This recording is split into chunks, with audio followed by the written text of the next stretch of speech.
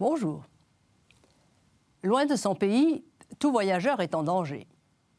Où dormira-t-il? Qui garantira ses droits, lui qui est un inconnu et qui souvent se fait remarquer, ne serait-ce que par son faciès ou son accoutrement? Paul a le teint sombre. Il est barbu.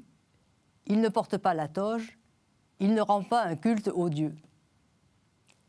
Bref, étranger et de fait étrange, attirant les regards sur lui, suscitant la rumeur, comment Paul a-t-il pu parcourir autant de kilomètres et trouver des points de chute loin de ses terres? Des connaissances, qu'elles soient familiales, professionnelles ou amicales, sont indispensables pour voyager.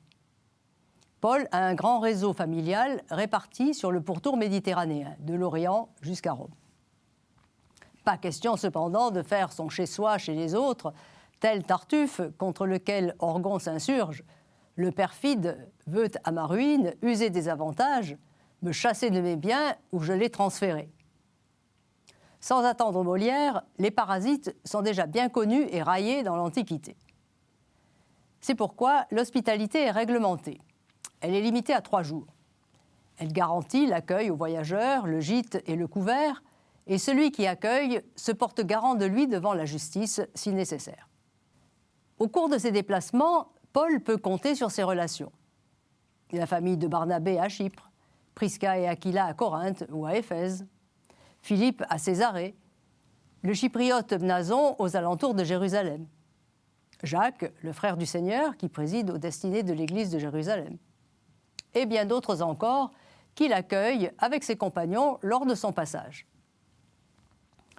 Grâce aux hôtes, il est en effet possible, lors de l'escale ou lors d'un séjour plus long, de trouver le travail nécessaire qui permet aux visiteurs de gagner sa subsistance, de demeurer un temps sur place et de poursuivre le voyage.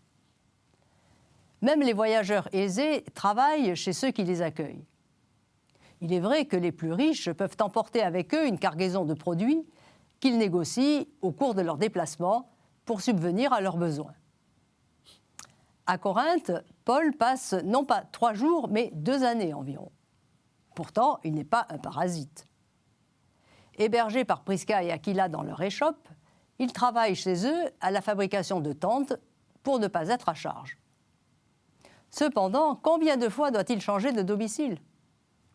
À la suite des troubles suscités par sa prédication à Corinthe, Paul est contraint d'aller vivre quelque temps chez Titus Justus, un craignant Dieu, qui a une maison proche de la synagogue.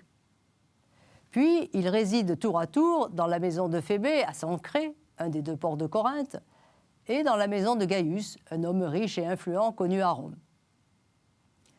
C'est grâce aux hôtes que Paul non seulement peut voyager, mais aussi faire connaître la bonne nouvelle.